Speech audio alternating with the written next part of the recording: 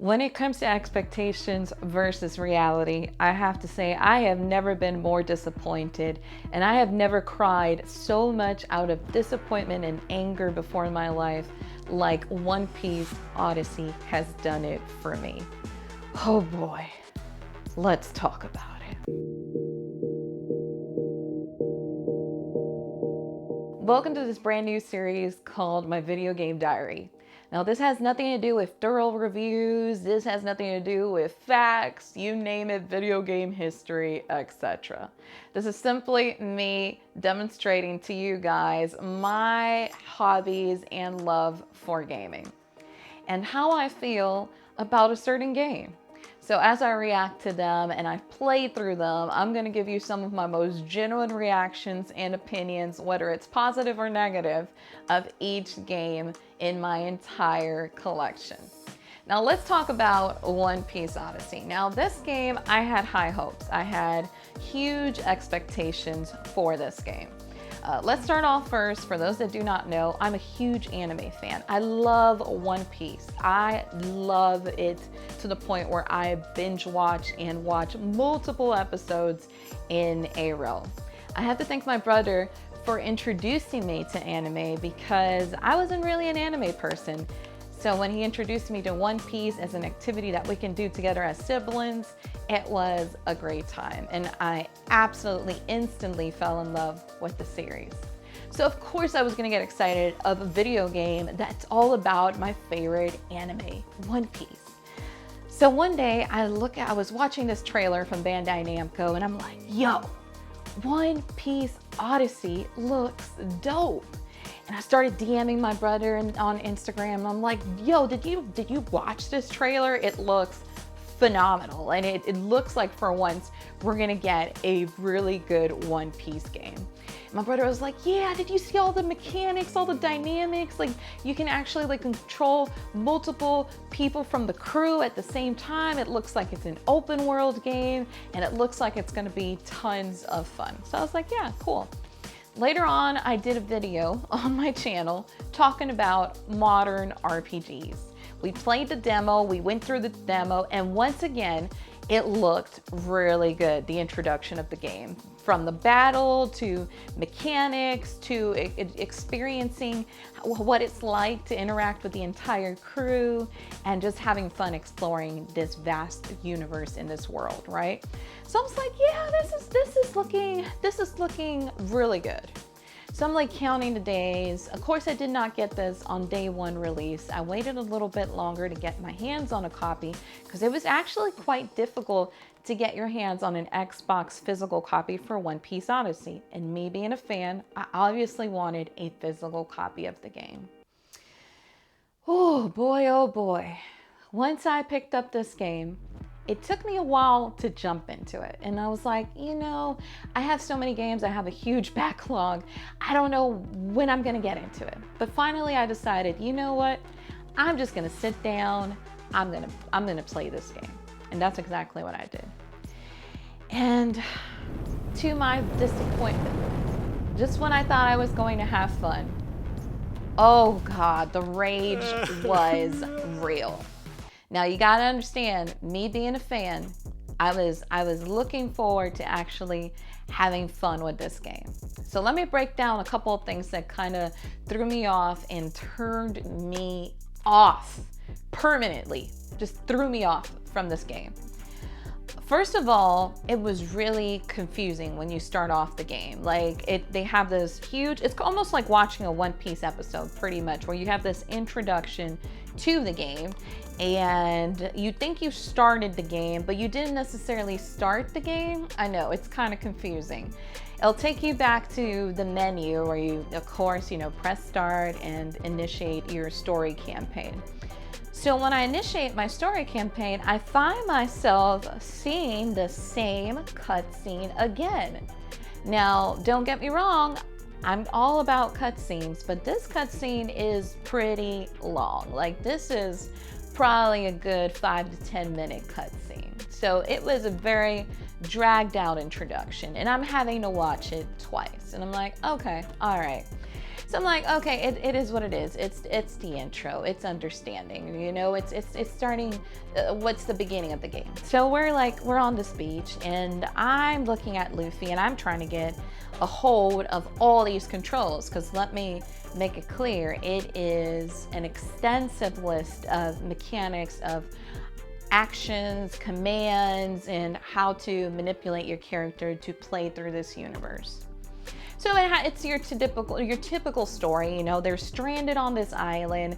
Their ship is broken and torn apart into pieces for God knows how many times, because I don't know how this ship survives. It seems like a Lego ship at this point. It breaks so many times, and somehow they manage to fix it again, put it together, and move on like it was nothing, right? So it's super confusing. So I'm like playing with Luffy, and I'm like, okay, cool. This is an open world, and I can do whatever I want. I can just explore openly the world. Little to my surprise, it's not. That was the first disappointment. It is not an open world at all. And I was like, yo, okay, so this is different. Even though it looks like it's an open world, you can't really explore openly. It's very linear. And I was like, okay, so it's a linear game. I don't have nothing against linear games, but the way the trailer and the marketing for the game was portrayed, it seemed that it was going to be an open world game. So that was disappointing. So then I was like playing with Luffy, and every 5 seconds there's a cutscene. Every 5 seconds there's a cutscene. Every 5 seconds there is a cutscene or a dialogue or something going on. And that started to irritate me a lot, because I was like, yo, when can I play the game without being interrupted? You know, can I play a long session without being interrupted by a cutscene or by a dialogue? So I was like, okay, fine. So I just kept trying to like the game, because it's One Piece, right? So we go into the battle, and I'm like, oh, okay, so this battle is a traditional turn-based game, you know, like an RPG basically. And I'm getting to see all the super cool power moves from Luffy and all this. And then I started noticing something. Every time you activate a command or an action from Luffy or from the crew, you're seeing this extensive cutscene of him powering up and unleashing whatever power or whatever command or whatever action he's going to do at that moment in the battle. Now, mind you, at the beginning, it doesn't really bother you, but after a while, once you start jumping into battle after battle after battle, and you're having to see the same animations over and over and over again, yo, a battle takes forever to complete. I was like, no. It's so bad that even in the battle system, they have a feature where you can fast forward. You can try to accelerate how long this battle is going to take just to make it shorter. They had to know that this was going to be a thing. And I was like, yo, this is not good. Now, it was even more disappointing because the story is so vague. Like the story just threw me off completely, because, you know, when they start you in the game, you have all of your buffed up, you're powered up, you're level 56, 43, whatever it is, and you got all of your powers, you got the best of the best. And then the story somehow turns out like this. There's this girl on this island that has, for some reason, something against with pirates. And apparently, I think she has some sort of pirate scanner. And she just is very biased about why she does not like pirates. So, you know, she assumes immediately, without questioning, that Luffy and his crew are pirates. And because she's so upset that they're on the island, she just simply touches Luffy's chest, and all of their powers just disappears in a bunch of blocks scattered into the world. Now, I found that to be super, I'm sorry, but it was super vague, and it was dumb. It was kind of lacking of creativity.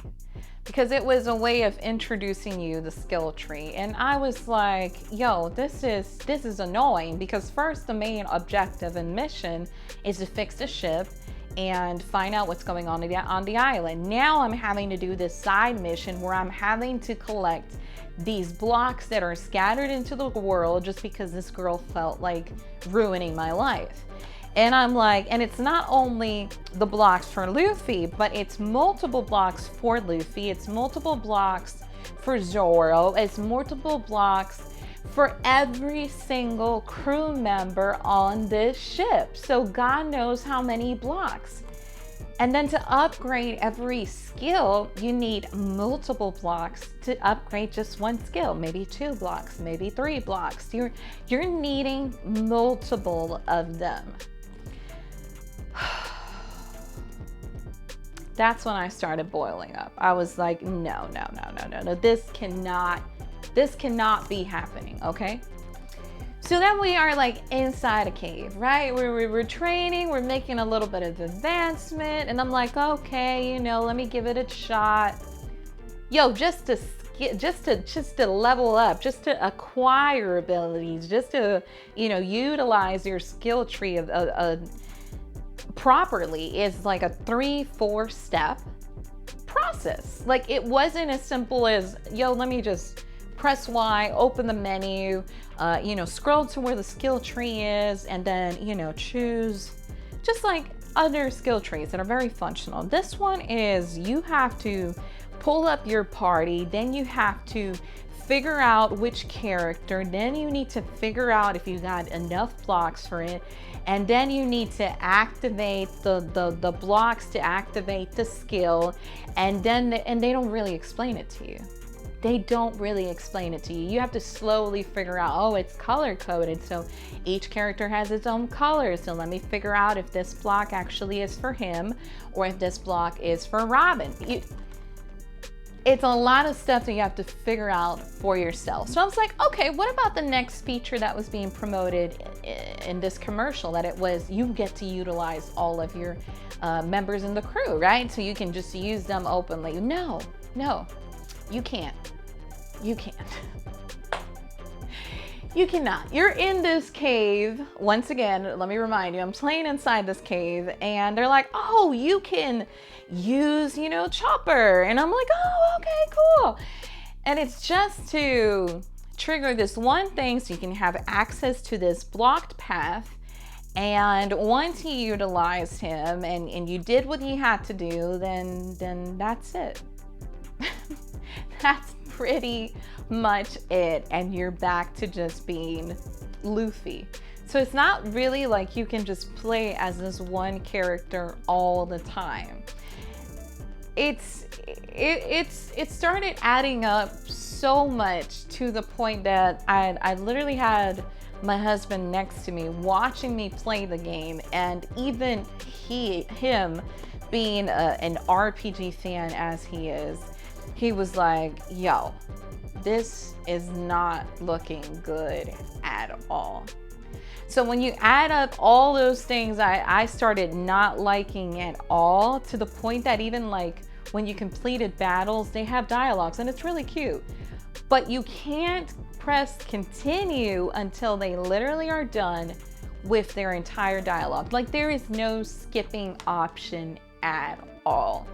And I was like, wow, they just really thought of every single thing and how to make it complicated or just strenuous enough that I'm like, I can't do this anymore. I literally stopped playing this game, and I was so disappointed because every time we get a One Piece game, they just never seem to nail it. It's just never great. It's so disappointing that I just started crying and crying and crying. I was so upset, so angry, so mad, and till this day, I cannot bring myself to play this game. Now, if anybody out there loves this game and had a good time, good for you. But as of for me, my own personal experience, I gotta say, this game left me so disappointed. And if you identify with me and have a very similar experience, then make sure to comment below this video and let me know how you feel about this game.